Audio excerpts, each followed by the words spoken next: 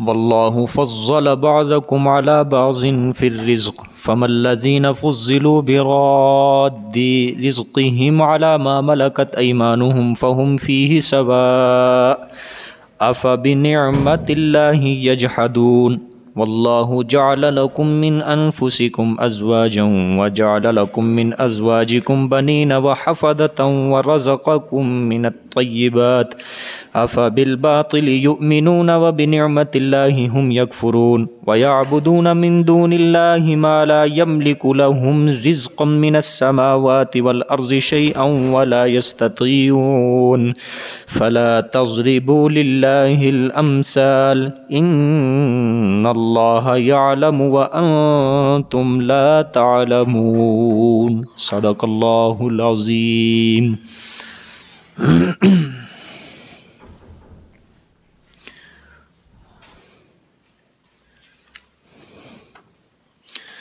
گزشتہ سبق میں اللہ نے 5ویں عقلی دلیل بیان فرمائی کہ اللہ نے آسمان سے پانی کو اتار کر بنجر زمین کو حیات بخشی۔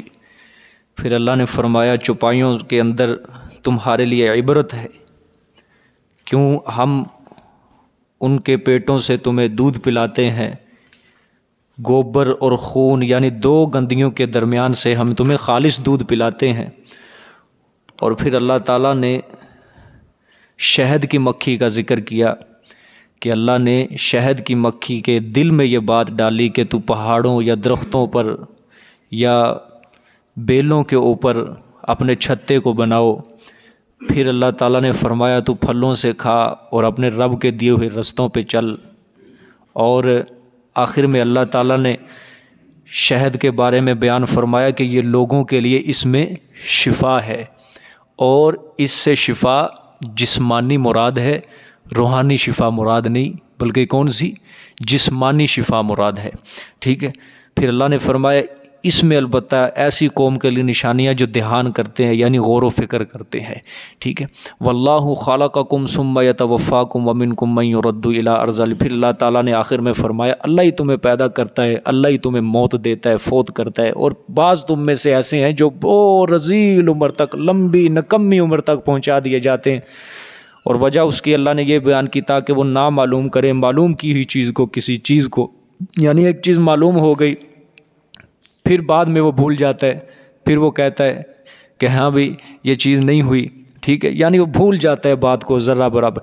پھر اللہ نے فرمایا بے شک اللہ جانتا ہے ہر چیز کی مصلحت کو، حکمت کو صرف اللہ ہی جانتا ہے اور اللہ ہی قادر ہے۔ آج کا جہاں سے سبق شروع ہو رہا ہے یہ بھی 5ویں عقلی دلیل کا حصہ ہے۔ میں نے آپ کو کل سمجھایا تھا یہ 5ویں عقلی دلیل یہ بہت زیادہ لمبی ہے، ٹھیک ہے۔ ترجمہ دیکھیں پھر میں سمجھاتا ہوں۔ واللہ فضل بعضکم علی بعض فی الرزق، اور اللہ ہی تمہیں فضیلت دیتا ہے، اور اللہ ہی فضیلت دیتا ہے بعضکم تمہارے بعض کو، علی بعض اوپر بعض کے، فی الرزق روزی کے اندر، ٹھیک ہے۔ یعنی اللہ تعالیٰ نے جو تمہیں رزق دیا ہے تمہارے بعض کو بعض کے اوپر کیا دیتا ہے؟ فوقیت دیتا ہے، فضیلت دیتا ہے۔ فضیلت سے مراد فوقیت دیتا ہے، ٹھیک ہے۔ یہ اللہ تعالیٰ نے معبود اور معبود باطل کی، معبود حق اور معبود باطل کی اللہ نے مثال پیش کیا اس آیت کے اندر۔ اللہ نے رزق اور دنیاوی دولت میں بعض کو بعض کے اوپر کیا دی ہے؟ فضیلت دی ہے، فوقیت بخشی ہے۔ بعض لوگ ہوتے ہیں بڑے دولت مند، اللہ نے ان کو پیسہ دیا، مال دیا، نعمتوں سے اللہ نے سرفراز کیا، اور بعض لوگ ہوتے ہیں ان کے ماتحت نوکر، ان کے کرندے، ٹھیک ہے، ان کے غلام، ٹھیک ہے۔ یعنی اللہ فرمانا چاہتے ہیں کسی کو میں نے دولت مند بنایا، کسی کو فقیر بنایا، کسی کو آقا بنایا، کسی کو غلام بنایا، کسی کو مالک بنایا، کسی کو مملوک بنایا، ٹھیک ہے۔ یعنی ایک دوسرے کے اوپر میں نے کیا دی ہے؟ فضیلت دی ہے، ٹھیک ہے۔ اور یہ اللہ تعالیٰ نے دنیا کے اندر جب ابتدا ہوئی تھی انسانیت کی، اللہ نے اسی وقت سے ایک دوسرے کے اوپر انسان کو فضیلت دی ہے، ٹھیک ہے۔ اور اسی طرح اللہ تعالیٰ نے اس نظام کو چلایا ہوا ہے، ٹھیک ہے۔ مثال کے طور پہ سورۃ شورى کی آیت میں آپ کے سامنے پیش کرتا ہوں۔ اللہ تعالیٰ نے اس میں فرمایا کہ اگر میں سارے انسانوں کو یکساں بنا دیتا نا، سارے انسانوں کو برابر بنا دیتا، اللہ نے فرمایا یہ انسان مجھ سے بغاوت کرتے۔ کیا کرتے؟ بغاوت کرتے، ٹھیک ہے۔ اس لیے اللہ تعالیٰ نے فرمایا میں نے سارے انسانوں کو اونچا نیچا اس لیے کیا ہوا ہے تاکہ میرے شکر گزار بندے رہیں، تاکہ میرے شکر گزار بندے بھی رہیں۔ اگر سب کو یکساں اللہ تعالیٰ امیر بنا دیتے، دولت مند بنا دیتے، سب کو پیسہ ہی پیسہ دے دیتے، اللہ نے فرمایا یہ مجھ سے بغاوت کرتے۔ اسی طرح کی ایک حدیث آپ صلی اللہ علیہ وسلم کی ہے، اسی سورہ شورى کی آیت کی وہ تائید کرتی ہے۔ آپ صلی اللہ علیہ وسلم نے فرمایا جب حضرت آدم علیہ السلام کو اللہ نے بنایا نا، ساری مخلوق کی ممثل یعنی شبیہ حضرت آدم علیہ السلام کے سامنے رکھ دی۔ حضرت آدم علیہ السلام نے جب تمام انسانوں کو دیکھا تو حضرت آدم علیہ السلام نے اللہ سے سوال کیا، عرض کی کہ یا اللہ پاک یہ تو نے سارے انسانوں کو یکساں کیوں نہیں بنایا، ان سارے انسانوں کو برابر کیوں نہیں بنایا، یکساں کیوں نہیں بنایا؟ اللہ تعالیٰ نے فرمایا اگر میں ان سب کو یکساں بنا دیتا تو میرا شکر گزار بندہ کوئی بھی نہیں ہونا تھا ان کے اندر، اس لیے میں نے ان کے اندر کیا رکھی ہے؟ اونچ نیچ رکھی ہے۔ کسی کو امیر بنایا، کسی کو اللہ نے غریب بنایا، کسی کو دولت مند بنایا، کسی کو محتاج بنایا، کسی کو فقیر بنایا، کسی کو آقا، کسی کو مملوک۔ اگر سب کو اللہ برابر رکھ دیتا درجے کے اعتبار سے، دنیاوی درجے کے لحاظ، تو اللہ تعالیٰ فرما رہے ہیں کہ کوئی بھی میرا شکر گزار بندہ نہ بنتا، سب نہ شکری ہی کرتے۔ سمجھ آ گئی؟ اس لیے اللہ نے آیت کے اندر فرمایا اور اللہ نے فضیلت دی ہے تمہارے بعض کو اوپر بعض کے، روزی کے اندر، رزق کے اندر، ٹھیک ہے۔ اگر ساری دنیا کے اندر غریب ختم ہو جائیں، مالدار کہاں سے صدقہ کرے گا؟ کدھر صدقہ دے گا؟ زکوٰۃ کہاں نکالے گا؟ اور اگر وہ اپنے سارے مال سے زکوٰۃ نہیں دے گا، صدقہ نہیں کرے گا، خیرات نہیں کرے گا، تو مجھے بتاؤ اس کے دل سے مال کی لالچ کس طرح نکلے گی؟ کس طرح نکلے گی؟ سب لالچی بنیں گے کہ نہیں؟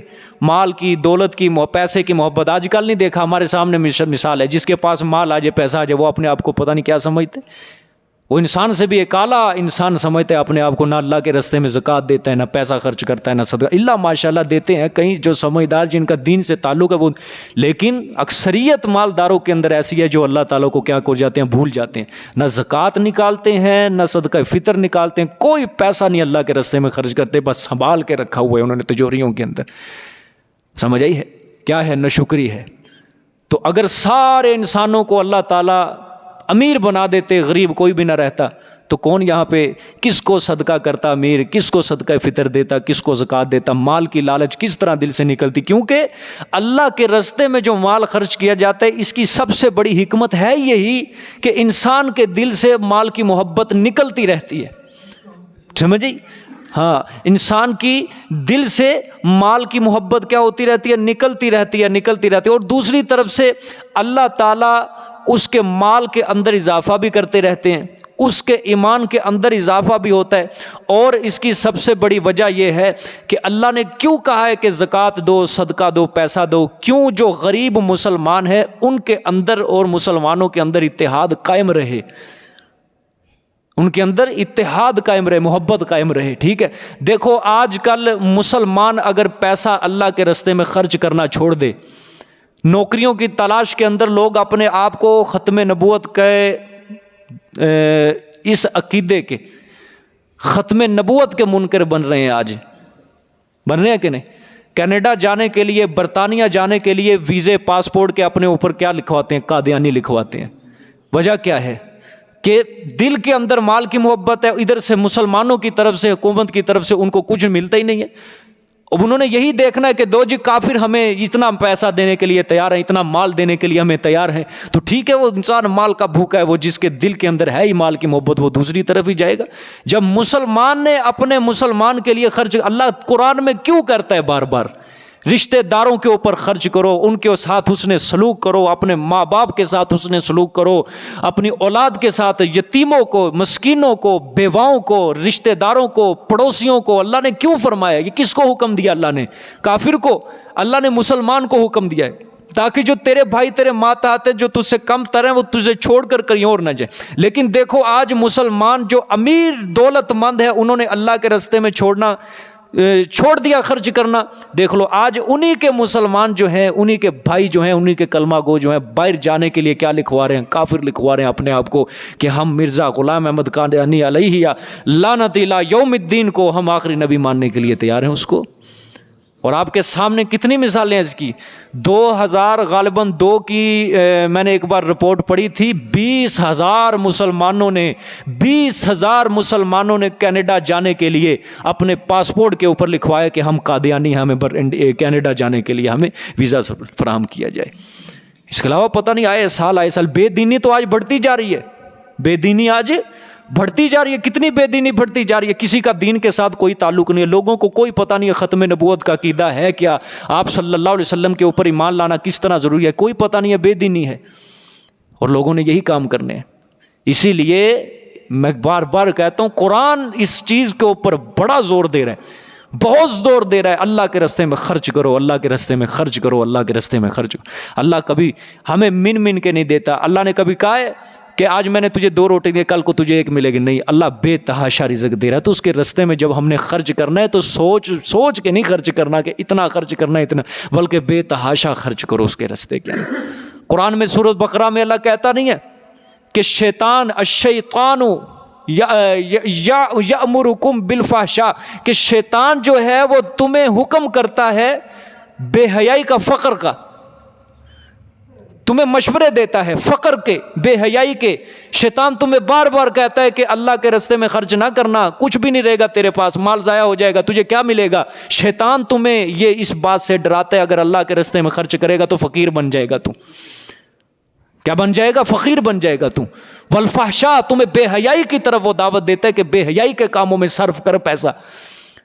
اور دیکھ لو انسان آج کتنی آزادی کے کاموں میں کتنا پیسہ خرچ کرتا ہے، کتنا پیسہ خرچ کرتا ہے. 14 اگست آ جائے، عید کا آ جائے سیزن آ جائے، شادیوں کا سیزن آ جائے، انسان کپڑا لیتے وقت نہیں سوچتے، انسان بیوی کے لیے میک اپ کا سامان کرتے وقت نہیں سوچتے، کپڑوں کے لیے کچھ بھی نہیں سوچتے. وہاں پہ کیا کہہ رہے ہیں؟ ہماری بس کسی کے سامنے بے عزتی نہ ہو، ہمارا لباس اچھا ہو، ہمارے کپڑے اچھے ہوں، ملبوسات اچھے ہوں، جوتا اچھا ہو، ہمارے سر پہ ٹوپی اچھی، سب کچھ ہمارا اچھا ہو، کہیں بے عزتی نہ ہو ہماری. لیکن جب اللہ کے راستے میں باری آتی ہے خرچ کرنے کی 100 بار سوچتے ہیں. سمجھ رہی ہے؟ سب سے پیچھے 100 بار سوچتے ہیں یار 100 روپیہ خرچ کریے، 500 خرچ کریے، 1000 خرچ کریے. یہاں پہ آ کے سوچ لگ جاتی ہے، یہاں پہ آ کے دماغ لڑانے لگ جاتے ہیں. یہ بہت بڑی، یہ سمجھ لو اس کے دل میں مال کی محبت ہے، پیسے کی محبت ہے، اللہ کی کوئی محبت نہیں ہے. سمجھ آ گئی؟ اور اللہ نے آگے فرمایا اللہ یعدکم، اللہ اکبر، اللہ تمہیں وعدے دیتا ہے اپنے فضل کے اور اپنی رحمت کے. شیطان تمہیں فقر سے ڈراتا ہے، حکم کرتا ہے بے حیائی کے کاموں میں خرچ کرو، لیکن اللہ تمہیں وعدے دیتا ہے اپنے فضل کے، میں تمہارے اس رزق کو دوبارہ بڑھاؤں گا تمہارے اس رزق کو. ہمیں شیطان کے وعدے کے اوپر اعتبار ہے کہ اللہ کے وعدے کے اوپر آج اعتبار ہے؟ ایمان تو سب کا ہے اللہ کے بعد، لیکن عملی طور پہ آج ہم شیطان کے راستے کے اوپر چل رہے ہیں. سب کا ایمان ہوتا ہے، مسلمان ہے نا، سب کا ایمان ہے کہ اللہ تعالیٰ واقعی بڑھا سکتے ہیں، لیکن عملی طور پہ ہم اس کا ثبوت نہیں دے رہے. یاد رکھنا، یہ یاد رکھنا، مال اللہ کی نعمت ہے. میں نہیں کہتا یہ عذاب ہے، نعمت ہے اللہ کی، بہت بڑی نعمت ہے. کسی کو دنیا مل جائے، پیسہ مل جائے، لیکن امیری کے ساتھ ساتھ اس کو سخاوت والی نعمت مل جائے، یہ سونے کے اوپر سہاگا ہے. یہ سخاوت والی صفت یہ کسی کو ملتی ہے. میرے پیغمبر صلی اللہ علیہ وسلم نے فرمایا الغنا غنا النفس، حقیقی غنا دل کا غنا ہے، حقیقی امیر ہونا دل کا امیر ہونا ہے. کسی کے پاس پیسہ آ جائے، مال آ جائے، اس کو ہم امیر نہیں کہہ سکتے، لیکن میرے پیغمبر صلی اللہ علیہ وسلم نے اس کو امیر کہا ہے جو دل کا امیر ہوتا ہے. یاد رکھنا، اللہ کے راستے میں مال خرچ کرنا ہے، پھر کیا سوچو بچار کرنی ہے.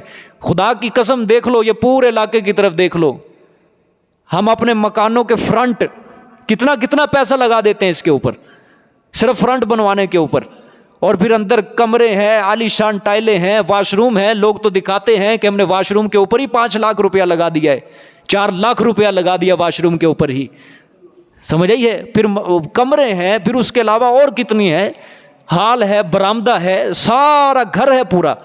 1.5 کروڑ 2 کروڑ روپیہ لگا دیتے ہیں گھروں کے اوپر. لیکن اگر کوئی مسجد کے معاملہ کا پیسہ لگانا ہو، مدرسے کا معاملہ ہو، وہاں پہ ہم کیا کرتے ہیں؟ بس سوچو بچار جی ہمارے پاس کمیشن نہیں ہے، حالات خراب ہیں، یہ ہیں وہ ہیں، ہمارے پاس پیسہ نہیں ہے، تنخواہ نہیں ہے، پھر سوچنے لگ جاتے ہیں۔ یہ یاد رکھنا، جو اللہ کے راستے میں سوچنے لگ جائے نا، پھر کیا ہوتا ہے؟ اس کے راستے کے اندر شیطان پھنس چکا ہے، اس کو نہیں خرچ کرنے دے گا کبھی بھی۔ بات سمجھ میں آ گئی؟ تو اللہ نے فرمایا واللہ فضل بعضکم علی بعض فی الرزق، اور اللہ فضیلت دیتا ہے بعض تمہارے کو اوپر بعض کے رزق میں، کہ اللہ نے کسی کو دولت مند بنایا اور کسی کو فقیر بنایا ہے۔ ٹھیک ہے، آگے دیکھو، فَمَا الَّذِينَ فُضِّلُوا بِرَادِّ رِزْقِهِمْ عَلَى مَا مَلَكَتْ أَيْمَانُهُمْ فَهُمْ فِيهِ سَوَاءٌ۔ یہ ترجمہ غور سے دیکھنا ہے جی۔ پس جن لوگوں کو فَمَا الَّذِينَ فُضِّلُوا، پس جن لوگوں کو بڑائی دی، ٹھیک ہے، فضلو بڑائی دی، برادی رزقہم، وہ نہیں پہنچاتے اپنی روزی، وہ نہیں پہنچاتے اپنی روزی، اعلی ما ملکت ایمانہم، اوپر ان کے جو مالک ہیں ان کے دائیں ہاتھ۔ کیا مطلب اس سے؟ باندی، نوکر، غلام، یہ مطلب ہے اس سے، ٹھیک ہے، غلام، باندی، نوکر، جو بھی لگا لو، جو مالک ہیں ان کے دائیں ہاتھ، فہم فیہ سواء، فہم فیہ سواء، کہ وہ سارے اس بیچ اس مال کے برابر ہو جائیں۔ ٹھیک ہے، یعنی اللہ نے فرمایا جن لوگوں کو اللہ نے فضیلت دی ہے نا، ٹھیک ہے، وہ اپنا مال کبھی بھی نوکروں کے حوالے نہیں کریں گے، وجہ کہ وہ ہمارے اس مال کے اندر کیا ہو جائیں؟ برابر ہو جائے۔ بڑی زبردست اللہ نے مثال کے ذریعے اپنی توحید کو سمجھایا ہے، بہت زبردست اللہ نے مثال کے توحید کو سمجھا۔ اللہ فرمانا چاہتے ہیں کہ دیکھو میں نے جن لوگوں کو فضیلت دی ہے، جن لوگوں کو مال دیا، جن لوگوں کو پیسہ دیا، ان کے نوکر چاکر ہیں، ان کے غلام ہیں، وہ کبھی اس بات کو گوارا کر سکتے ہیں کہ اپنا آدھے مال کے اندر اپنا شراکت دار اپنے نوکروں کو بنا لیں؟ ٹھیک ہے، اپنے ماتحت لوگوں کو بنا لیں، غلاموں کو بنا لے، باندیوں کو بنا لے، ٹھیک ہے، وہ کبھی گوارا نہیں کر سکتے۔ اللہ نے فرمایا کہ جب تم اپنے مال کے اندر، اپنے پیسے کے اندر کسی کو شراکت دار نہیں بنا سکتے، تو اللہ بھی اپنے مقرب بندوں کو اپنے اختیارات میں، اپنی الوہیت میں کبھی بھی شراکت دار نہیں بنا سکتا ہے، کبھی بھی۔ خود کمال نہیں کر دی اللہ نے توحید سمجھانے والی، کہ تم نے جب اپنے مال کے اندر شراکت دار کوئی اس کو گوارا نہیں کرتے، اس کو ناگوار سمجھ تو کبھی بنا نہیں سکتے تم۔ میں اپنے مقرب بندوں کو، میں اپنی مخلوق کو اپنے اختیارات کے اندر، اپنی الوہیت کے اندر، اپنی کارسازی کے اندر میں ان کو کس طرح شریک بنا سکتا ہوں؟ ٹھیک ہے، ہاں، اپنے مقرب بندوں کو میں کچھ حصہ عطا کر دوں کہ یہ لو کچھ اختیارات تم لے لو، اپنی الوہیت کے اندر یہ لو تم بھی الہ بن جاؤ، ٹھیک ہے، میں بھی الہ ہوں، تم بھی الہ ہوں۔ اللہ تعالیٰ نے فرمایا جس طرح تم نہیں یہ کام کر سکتے، اسی طرح میں نہیں یہ کام کرتا۔ انسان کی سٹیج کے اوپر آ کے اللہ تعالیٰ نے مسئلہ سمجھایا، جو انسان کی عقل کے مطابق، اس کے دماغ کے اندر بات پھنسنے والی ہے نا، اللہ نے اس کے مطابق یہ نصیحت فرمائی ہے قرآن میں۔ دیکھو اللہ تعالیٰ عقلی دلائل بیان فرماتے ہیں، نقلی دلائل بیان فرماتے ہیں، اب اللہ مثالیں دے دے کے سمجھاتے ہیں، مثالیں دے دے کے۔ کل کی آیت کے اندر کیا گزرا تھا؟ اِنَّ لَكُمْ فِي الْأَنْعَامِ لَعِبْرَةً، چوپایوں کے اندر کیا ہے تمہارے لیے؟ عبرت، ٹھیک ہے، اللہ اکبر۔ جب میں یہ آیت پڑھتا ہوں نا، میرے ذہن میں یہی بات آتی ہے کہ اللہ اپنی مخلوق سے، اپنے بندوں سے فرمانا چاہتے ہیں، اے انسان، تجھے میں نے اشرف المخلوقات بنایا تھا، اشرف المخلوقات، لیکن آج تو شرک کی غلاظتوں، گندگیوں کے اندر پھنس کے اپنے مالک سے، اصل مالک سے اتنا دور ہو گیا کہ تجھے سمجھانے کے لیے مجھے جانوروں کی مثالیں دینی پڑ رہی ہیں قرآن کے اندر۔ تجھے سمجھانے کے لیے مجھے جانوروں کی مثالیں، چوپایوں کی مثالیں دینی پڑ رہی ہیں قرآن پاک کے اندر۔ اِنَّ لَكُمْ فِي الْأَنْعَامِ عِبْرَةً، تمہارے لیے چوپایوں کے اندر مثالیں ہیں۔ کتنی آسان مثال ہے یہ جو یہ اب پڑھ رہے ہیں۔ اللہ نے فرمایا جو دولت مند ہیں وہ نہیں اپنے مال کے اندر جب شراکت دار نہیں بنا سکتے، گوارا نہیں کر سکتے، کبھی لڑنے مرنے کے لیے تیار ہو جائیں گے، میں کس طرح اپنی مخلوق کو، میں کس طرح اپنے مقرب بندوں کو اپنی صفتوں کے اندر شریک کر لوں؟ میں کس طرح کہہ دوں چل میں بھی مشکلیں دور کرتا ہوں، تو بھی مشکلیں دور کیا کر، میں بھی اولاد دیتا ہوں، تو بھی اولاد دیا کر، نہ، کبھی نہیں ہو سکتا۔ اس لیے جس طرح اس نے مجازی مالک اور مملوک میں دولت اور اختیارات کی کمی بیشی سے فرق کو قائم رکھا ہے نا، اسی طرح اس نے اپنی صفات کارسازی، اپنی صفات الوہیت کے اندر بھی کسی اپنے بندوں کو کچھ نہ دے کر، کسی کو دے کر، یعنی معبود اور عابد کے اندر اللہ نے فرق رکھا ہوا ہے اس میں. ٹھیک ہے، کیا رکھا ہے اللہ نے؟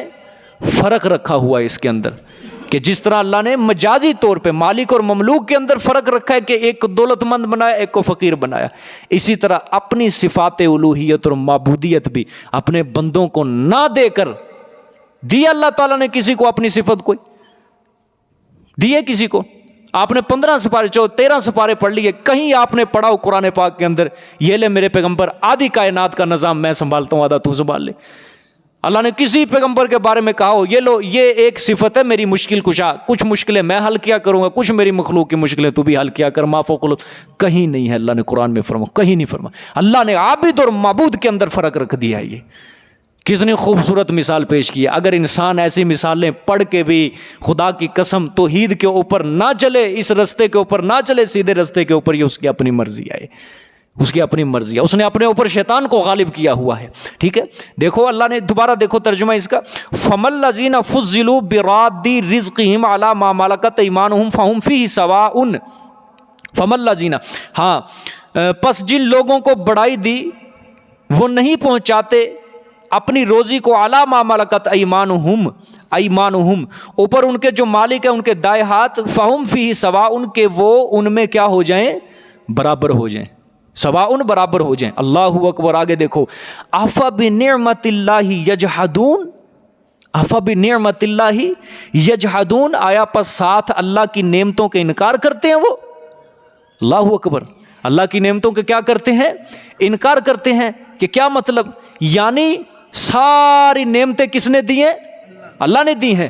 مال پیسہ سب کچھ کس نے دیا؟ اللہ نے دیا. اور منسوب کس کی طرف کر دیا؟ معبودوں کی طرف کر دیا، بزرگوں کی طرف کر دیا. سمجھ آئی ہے؟ مانتے تو وہ تھے کہ یہ اللہ نے دیا ہے، لیکن جب اللہ دے دیتا تھا نا، پھر کیا کہتے تھے؟ نہیں فلانے پیر نے دیا ہے، فلانے بزرگ نے دیا ہے، فلانے کے نام کی میں نظر نیاز دیتا ہوں، یہ ادھر سے مجھے ملا ہے سارا. سمجھ آئی ہے؟ ہاں، اگر یہ نہ ہوتا، پیر کی نظر نیاز نہ دیتا، مجھے کبھی نہیں یہ مال ملنا تھا. یہ مجھے پیسہ، مجھے جو کچھ دے رکھا ہے میرے داتا صاحب کا نظر کرم ہے. الیاذ باللہ. اللہ کا حوصلہ ہے، خدا کی قسم اللہ کا حوصلہ ہے یہ جملہ سننے کا. بری بری مام بری، میری کھوٹی قسمت کر دے کھری، میری کھوٹی قسمت کر دے کھری. اللہ کا حوصلہ ہے، اللہ کا حوصلہ ہے. حلیم ہے اللہ، حکیم ہے. اللہ کی صفت ہے نا. اللہ نے پیچھے قرآن میں کیا فرمایا؟ اگر میں لوگوں کو گناہ کی وجہ سے پکڑنے لگ جاؤں نا فوراً، تو زمین کے اوپر کوئی جاندار میں زندہ نہ چھوڑوں. لیکن میں حلیم ہوں، میں حکیم ہوں، میں حوصلے والا ہوں. میں اس کو حکمت کے مطابق میں اس کو ایک بار مہلت دیتا ہوں، مؤخر کرتا ہوں تاکہ یہ توبہ کر لے اپنے شرک سے. وگرنہ اللہ تعالیٰ کو یہ بات نہیں ہے کہ میرا بندہ فلانا جہنم کے اندر جائے، فلانا بھی جہنم کے اندر. اللہ تو چاہتے ہیں کہ جنت کے اندر جائے. اسی لیے تو اللہ نے جنت کے دروازے 8 بنائے ہیں. اللہ کی رحمت زیادہ ہے، غصہ کم ہے. لیکن جب اللہ کو غصہ چڑھ جائے تو بہت برا ہوتا ہے. ان بطش ربک لشدید، تیرے رب کی پکڑ بڑی سخت ہے. ہاں اس کی رحمت زیادہ ہے. بندہ سچے دل سے توبہ کر لینا، ایک بار کہہ لے استغفر اللہ سچے دل سے، یہ 2 لفظ ہیں، استغفر اللہ سچے دل سے، یا اللہ مجھ سے گناہ ہو گیا ہے، میں تجھ سے معافی چاہتا ہوں. اس اعتبار سے اللہ معاف کرنے کے اندر بھی ذرہ برابر دیر نہیں لگاتے. وہ دنیا والے تو گھنٹہ 2 گھنٹہ، 1 دن 2 دن، مہینہ 2 مہینے لگا دیتے ہیں معاف کرنے کے اندر. لیکن اللہ تعالیٰ تو 100 گناہ، 100 سال کے گناہ بھی اللہ تعالیٰ 1 سیکنڈ کے اندر معاف کر دیتے ہیں. اللہ 100 سال کے گناہ اللہ 1 سیکنڈ 2 سیکنڈ کے اندر اللہ تعالیٰ معاف کر دیتا ہے. وہ کیا ہے؟ آپ نے زبان سے سچے دل سے یہ بات کہنی ہے، یا اللہ مجھے معاف فرما دے، سابقہ زندگی میں نے گزار دی تیری نافرمانیوں کے اندر گزار دی. یا اللہ تو نے کبھی میرے اوپر اپنی نعمتوں کو بند نہیں کیا، تو نعمتیں کی میرے اوپر برسات کرتا رہا، نوازشات کرتا رہا. یا اللہ میں نے بھی تیری نافرمانیوں والی حد کر دی. یا اللہ انسان تھا، گناہ ہوتا گیا مجھ سے. یا اللہ تو بھی غفور الرحیم ہے، تو بھی معاف کرنے والا. یا اللہ میرے گناہوں کو معاف فرما دے. اللہ 100 سال کے گناہوں کو اللہ نیکیوں کے اندر تبدیل کر کے رکھ دیتا ہے. اس اعتبار سے اللہ کی رحمت بڑی زیادہ ہے. یہاں پہ اللہ کا غصہ کم ہو جاتا ہے. پھر چلو میرے بندے نے مجھ سے توبہ تو کر لی، معافی تو مانگ لی ہے نا. سمجھ آئی نہیں بات؟ تو اللہ نے فرمایا فَبِنِعْمَتِ اللَّهِ يَجْحَدُونَ، یہ اللہ کی نعمتوں کے ساتھ کیا کریں گے؟ انکار کرتے ہیں. یہ اللہ کی نعمتوں کے ساتھ کیا کرتے ہیں؟ انکار کرتے ہیں. یعنی میں نعمتیں دیتا ہوں اور منسوب کس کی طرف کر دیتے ہیں؟ اللہ کی طرف کر دیتے ہیں. ٹھیک ہے، اس لیے میرے عزیز دوستو، جب بھی اللہ تعالیٰ آپ کو کوئی نعمت دے، کوئی نعمت دے، ٹھیک ہے، دنیا کے اسباب کی حد تک ہم کر سکتے ہیں یہ، ٹھیک ہے، لیکن سب سے پہلے تم نے یاد کس کو رکھنا ہے؟ اللہ کو رکھنا ہے. یہ اسباب کو نہ اس وقت لے کے آؤ درمیان میں، اسباب کو نہ لے کے آؤ، اسباب کو بعد میں ذکر کرو. سب سے پہلا ذکر کس کا کرو؟ اللہ. یہ نعمت مجھے اللہ نے دی ہے، یہ فلانی، یہ کھانا مجھے کس نے دیا ہے؟ اللہ نے دیا. یہ پانی مجھے اللہ نے پلایا ہے. یہ فلانی چیز مجھے اللہ نے دی ہے. یہ فلانی چیز مجھے اللہ نے دی ہے. ٹھیک ہے نہ، بالکل اسباب کو بعد میں ذکر کرو. سب سے پہلے نام لو کس کا؟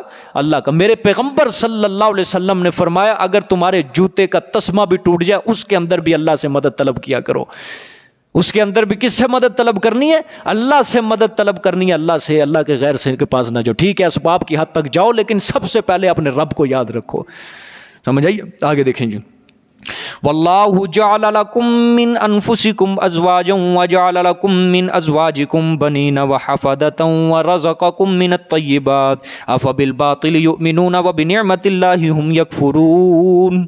اللہ اکبر. اور اللہ بنایا واسطے تمہارے، اللہ نے من انفسکم تمہارے نفسوں سے، ازواجن بیویاں، اللہ نے بنایا تمہارے نفسوں سے واسطے تمہارے نفسوں سے بیویاں.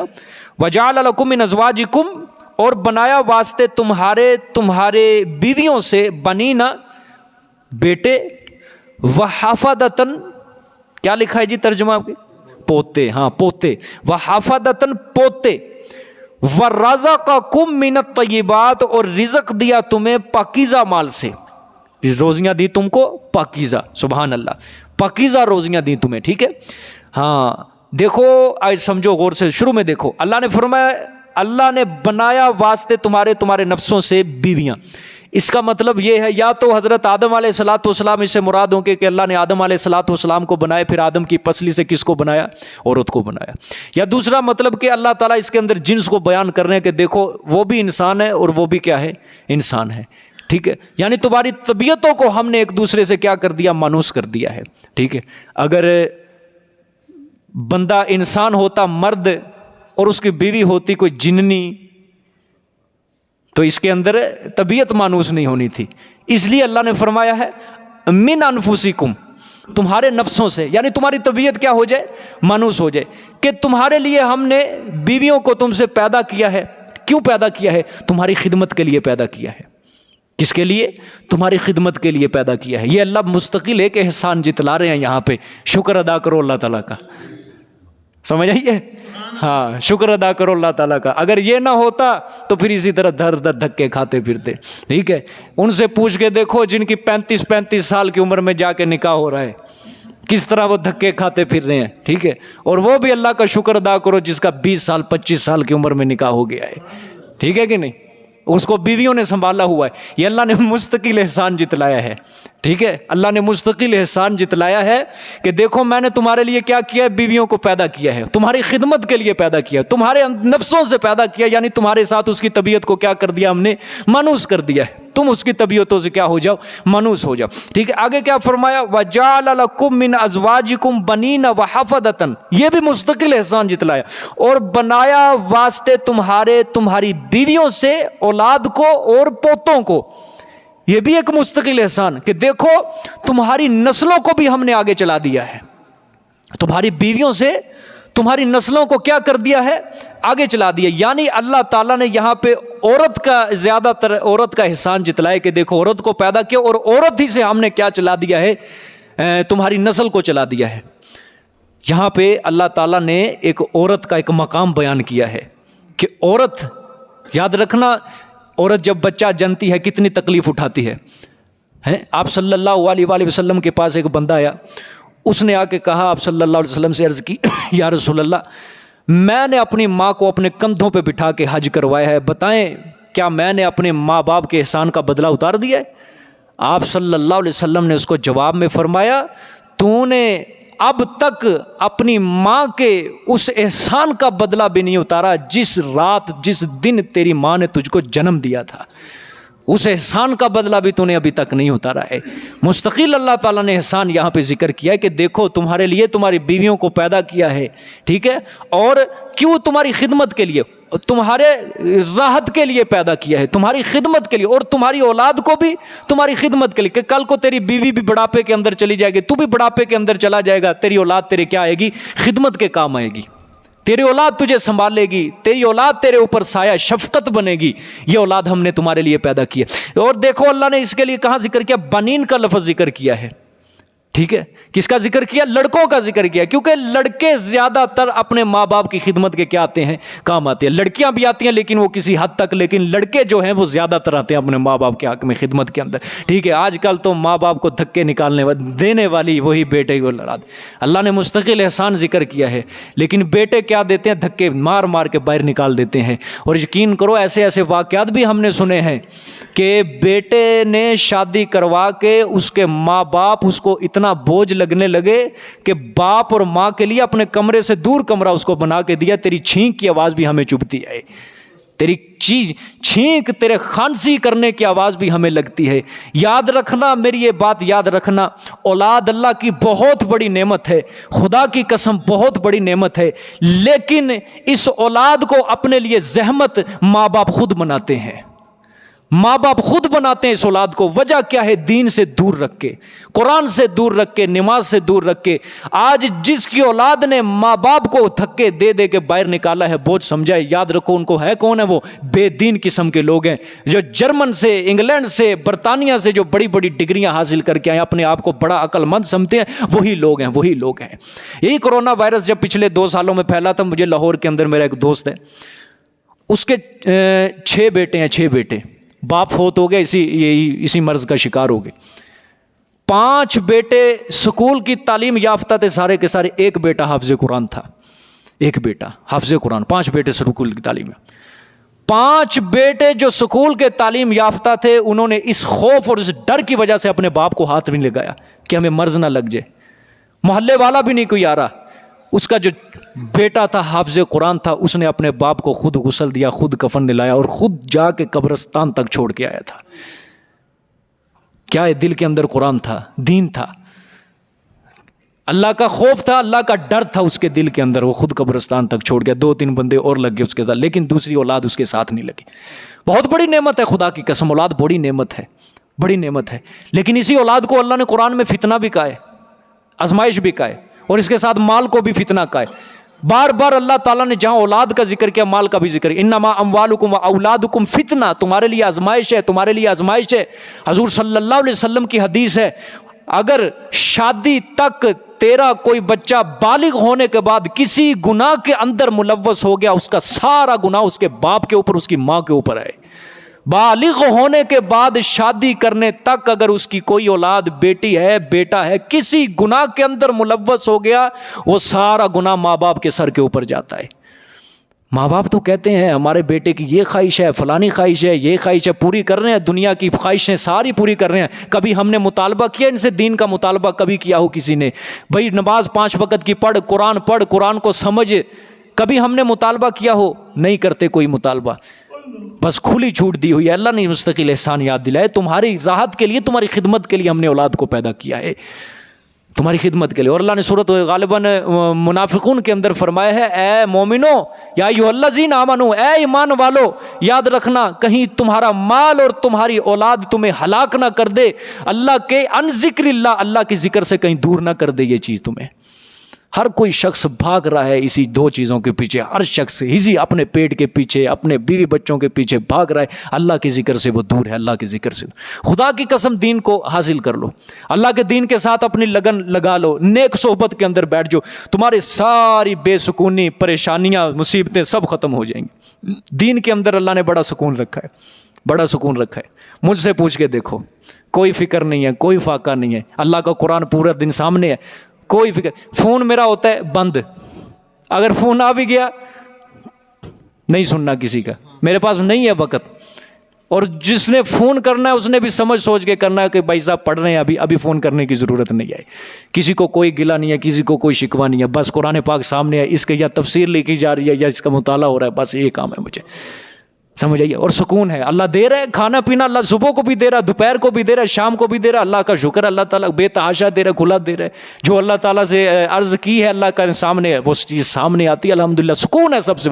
زندگی ایک بار ہے، اگر اس کے اندر بھی سکون نہ ملا تو خاک فائدہ ہے سکونات، خاک فائدہ زندگی۔ سکون والی زندگی، سکون رکھا ہے تو صرف اللہ نے دین کے اندر رکھا ہے، یاد رکھنا دین کے اندر رکھا ہے، ٹھیک ہے۔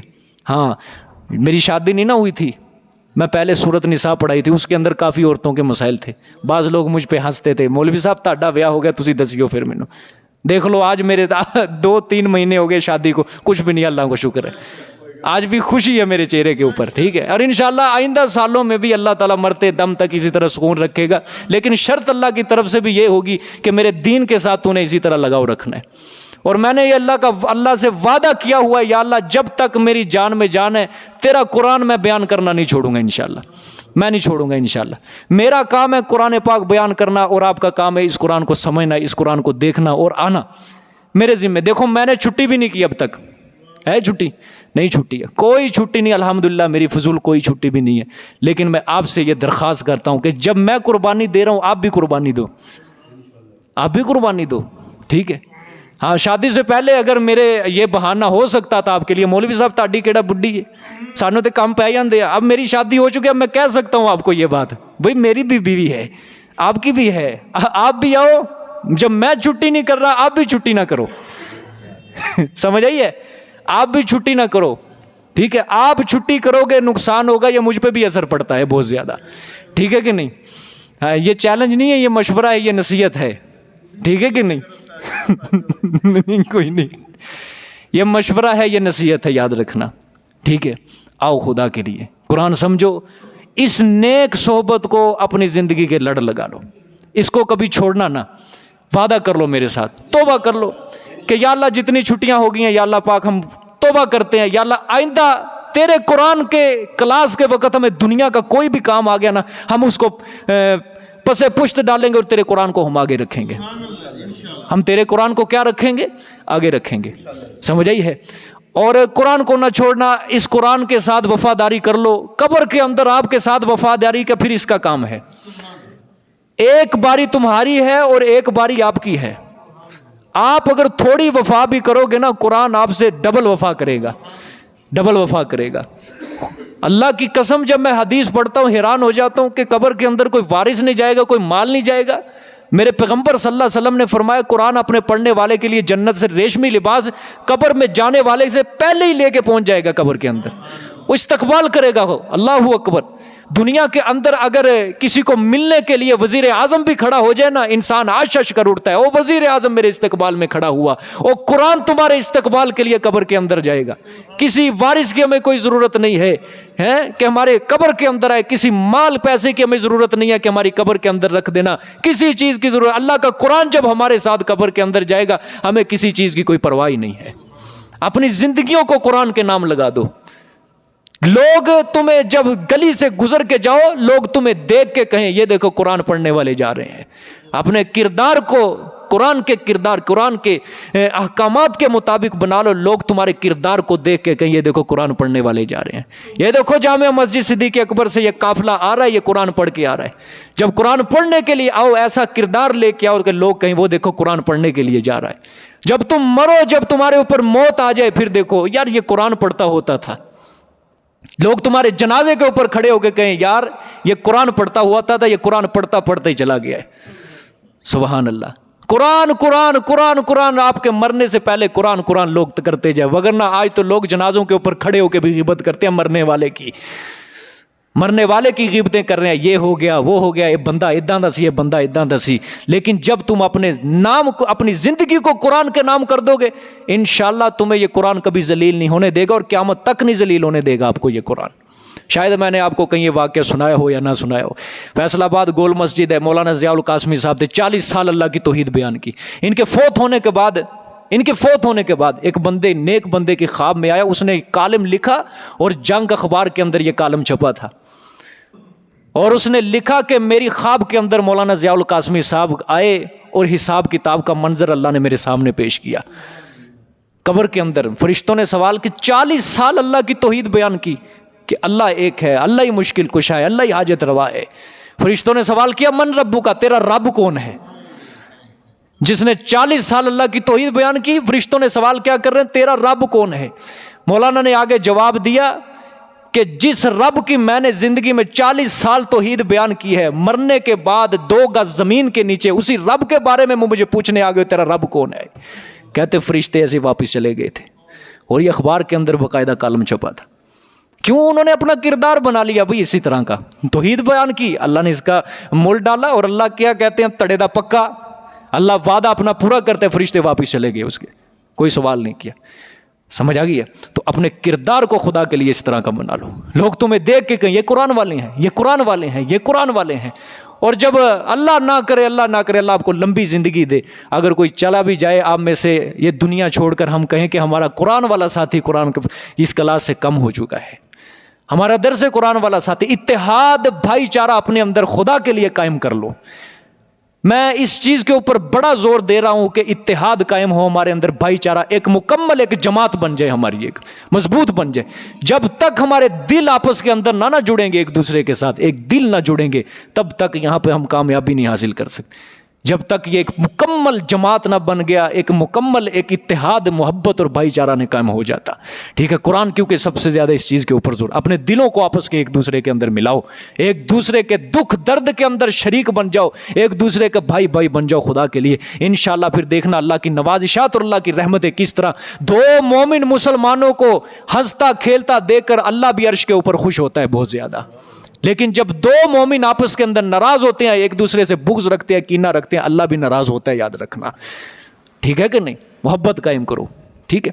دیکھیں جی، اللہ نے فرمایا واللہ جعل لکم من انفسکم ازواجا، اور اللہ نے بنایا واسطے تمہارے نفسوں سے بیویوں کو، وجعل لکم من ازواجکم، اور بنایا واسطے تمہارے بیویوں سے اولاد کو، وحفظۃ، اور پوتے۔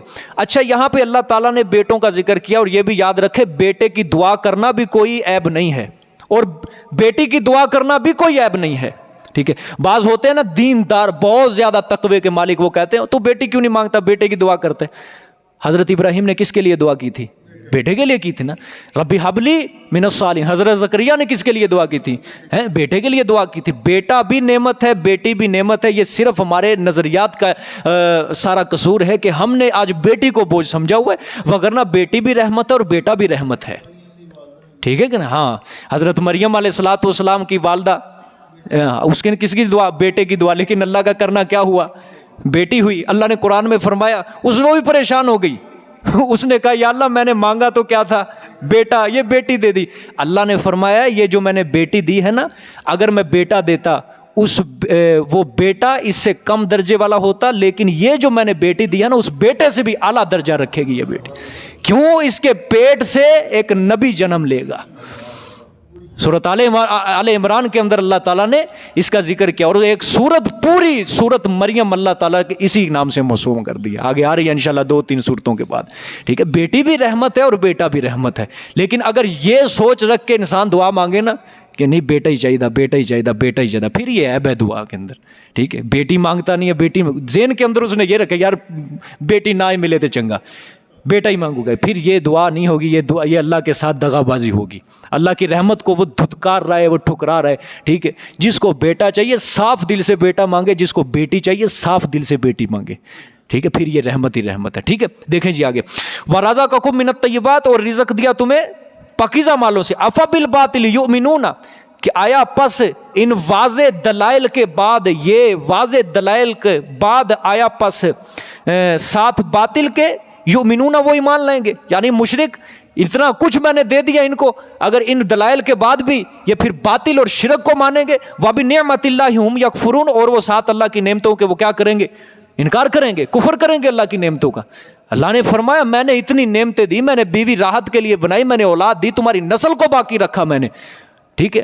انسان کو ہوتا ہے نا کہ ایک عمر میں جا کے وہ مر جائے گا، لیکن جب انسان کی اولاد ہو جائے تو اس کے دل کے اندر ہوتا ہے چلو میری اولاد تو باقی رہے گی نا دنیا کے اندر، دنیا کے اندر میری اولاد تو باقی رہے گی نا۔ اللہ نے فرمایا میں نے تیری نسل کو چلا دیا آگے، لیکن تو پھر بھی شرک خود ساختہ معبودوں کو تو مشکل کشا حاجت رہا، پھر بھی ان کے نام کی نظر نیاز رہا، اور اللہ کی نعمتوں کا تو کیا کر رہا ہے؟ ناشکری کر رہا ہے۔ اللہ اکبر۔ یہاں پہ حضرت شاہ صاحب کی عبارت میں پڑھنے لگا ہوں، حضرت شاہ عبد القادر رحمۃ اللہ علیہ کی عبارت۔ انہوں نے فرمایا یعنی مشرکین مکہ جو تھے یہ بتوں کا احسان مانتے تھے،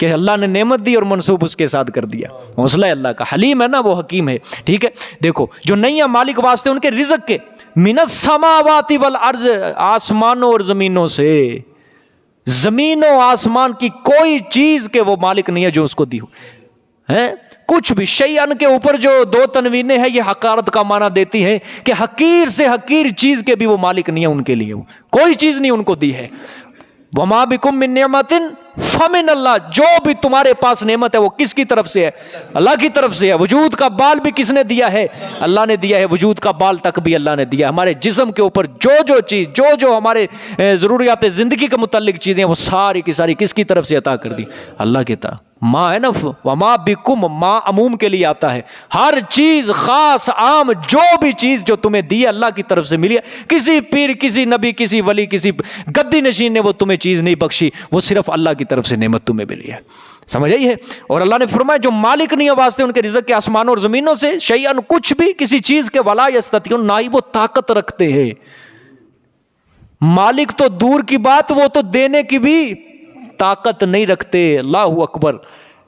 کیسی اللہ نے توحید سمجھائی ہے, کیسی توحید سمجھائی ہے. لیکن مجھے دکھ ان ساتھیوں کے اوپر ہوتا ہے جو مجھے آ کے پھر یہ کہتے ہیں کہ ہماری فلانے بندے سے بحث ہوگی. میں نے اسے کہا بھائی میں تو چپ ہی رہوں گا, دین کے اندر بحث نہیں ہے, دین کے اندر بحث نہیں ہے. دکھ مجھے ان ساتھیوں کے اوپر ہوتا ہے.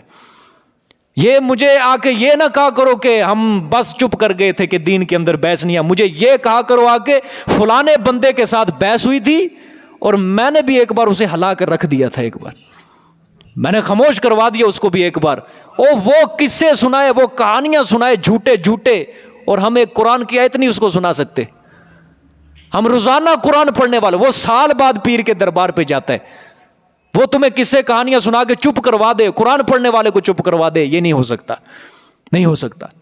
اور تم قرآن پڑھنے والے روزانہ تم ایک آیت نہیں اس کے سامنے پیش کر سکتے. یہ دیکھو اللہ نے کیا فرمایا قرآن میں, بول کے دکھا. اب تو قصے کہانیاں پیش کر رہے, میں قرآن پڑھتا ہوں روزانہ, تو میرے جتنی حیثیت رکھ تو. اور لوگ کہہ دیتے ہیں ہمارے درس قرآن والے ساتھی, اور نہ قرآن پڑھن جایا کرو تھے, وہ گمراہ کر دو گے تینوں, وہ ترجمہ نہیں صحیح پڑھان دے, وہ گستاخ ہے ولیوں کے, وہ ترجمہ نہیں صحیح پڑھاتے. ٹھیک ہے, آج کے بعد اگر آپ کو بندہ کوئی کہے نا ہمارے بارے میں, میرے بارے میں, وہ ترجمہ نہیں صحیح پڑھاتے, اسے کہے پہلے اپنی حیثیت بیان کر, پہلے اپنی حیثیت. ہاں اگر تو عالم ہے تو پھر تو کہہ سکتا ہے, کسی عالم کے اوپر تنقید کر سکتا ہے وہ ترجمہ نہیں پڑھا. تو بے وقوف ہے, سبزی فروش ہے, تو ریڑھی لگانے والا, اور تو مجھے کہہ رہا ہے کہ وہ ترجمہ نہیں صحیح پڑھا. تجھے کیا پتا, تجھے تو سورۃ فاتحہ کا ترجمہ نہیں آتا. پہلے اپنی اس جیسی حیثیت لے کے آ جو تو مجھے بات کر, وہ ترجمہ نہیں صحیح پڑھاتے, پھر میں تیری بات مانوں گا, وگرنہ میں تیری بات ماننے کے لیے تیار نہیں ہوں. بھئی آپ کے سامنے یہ ترجمے والے قرآن کیوں رکھے ہیں, کیوں رکھے ہیں؟ تاکہ آپ خود دیکھو, خود پڑھو کہ قرآن کیا رہا ہے. میرے ترجمے کے اوپر نہ اعتبار کرو, جو تمہارے سامنے جو نسخہ رکھا ہے نا اس کے اوپر اعتماد کرو, تاکہ تمہارا اعتماد مکمل رہے کہ مولوی صاحب ترجمہ غلط نہیں کر رہے. سمجھ آئیے کہ نہیں؟ ہاں, تو یہ مجھے بات نہ کہا کرو کہ ہم خاموش ہو گئے تھے, فلانا بندہ تھا, فلانا بندہ, اس نے کبھی قرآن پڑھا ہی نہیں ہے. اور میرا ایک ساتھی جو 14 سپارے قرآن کے پڑھ گیا اور وہ خاموش ہو گیا اس کے آگے, اور ایک پیر پرست, قبر پرست, ایک مشرک کے آگے وہ خاموش ہو گیا, اور توحید پرست خاموش ہو جائے. یہ نہیں ہو سکتا. قرآن کے دلائل, چلو عربی نہیں یاد کر سکتے, اردو حوالے یاد کر لو. اللہ نے قرآن میں فلانی جگہ یہ فرمایا ہے. حق ادا ضرور کرنا ہے تم نے. خاموش ہو کے آؤ گے اللہ کے ہاں, مجرم بنو گے, تم مجرم بنو گے. حق ادا کر دو ایک بار کہ ایک موحد کا میرے ساتھ ٹاکرا ہوا تھا, اس کو پتہ چل جائے ایک بار. ٹھیک ہے, ایک بار اس کو ہلا کے آ جاؤ اس کے ذہن کو. ٹھیک ہے, دیکھو آگے, اللہ اکبر. لہم رزق, ہاں, ولا یستطیعون, وہ طاقت بھی نہیں رکھتے. فلا تضربوا للہ الامثال, پس نہ بیان کرو اللہ کے لیے مثالیں. یہ پتہ کہ کس کے متعلق یہ آیت آ رہی ہے؟ مشرکین کہتے تھے نا یہ فرشتے کیا ہیں, اللہ کی بیٹیاں ہیں. اچھا, مثالیں دیتے تھے کہ جس طرح باپ اپنی بیٹی سے محبت کرتا ہے, اسی طرح اللہ بھی اپنی یہ فرشتوں کی بات کو رد نہیں کرتا, ان سے بڑا پیار کرتا ہے. یعنی مثالیں دے رہے ہیں نا مشرکین اللہ کے لیے. کیا دے رہے ہیں؟ مثالیں دے رہے ہیں. یہودی مثالیں دیتے کہ حضرت عزیر اللہ کے بیٹے ہیں, عیسائی کہتے تھے اللہ کے بیٹے ہیں. ٹھیک ہے, اسی معنی میں مثالیں دیا کر دے. اللہ نے فرمایا فلا تضربوا للہ الامثال, اللہ کے لیے مثالیں نہ پیش کرو. ان اللہ یعلم, بے شک اللہ جانتا ہے, وانتم لا تعلمون, اور تم نہیں جانتے ہو. اللہ اپنی توحید سمجھانے کے اندر اللہ جانتا ہے, مثالیں دینے کے اندر. ٹھیک ہے, تم نہیں جانتے. ٹھیک ہے, آگے اسی سبق کے اندر آگے 2 مثالیں ہیں. اسی حوالے سے اللہ نے فرمایا او مشرکو تم میرے یعنی توحید کے اندر شرک بیان کرنے کا تم رستہ نکال رہے ہو، یعنی ایسی ایسی باتیں کرتے ہو، ایسے ایسے تم مثالیں دیتے ہو کہ جس سے شرک کے رستے کھلتے ہیں۔ آؤ میں تمہیں اپنی توحید کی مثال دیتا ہوں۔ 2 مثالیں اللہ نے دی ہیں، اور یقین کرو سننے والا اور پڑھنے والا ہل جاتا ہے یہ 2 مثالیں سن کے۔ بڑا مشکل مقام ہے قرآن پاک کا، ٹھیک ہے۔ اور انشاءاللہ یہ اسی لیے میں چھوڑ رہا ہوں، یہ کل انشاءاللہ یہی 2 مثالیں پڑھیں گے، اور کوئی ساتھی ناغہ نہ کرے، چھٹی نہ کرے، ٹھیک ہے۔ مشکل مقام ہے قرآن پاک کا، یہ ضرور سمجھنا ہے، ٹھیک ہے۔ جزاک اللہ، صدق اللہ العظیم۔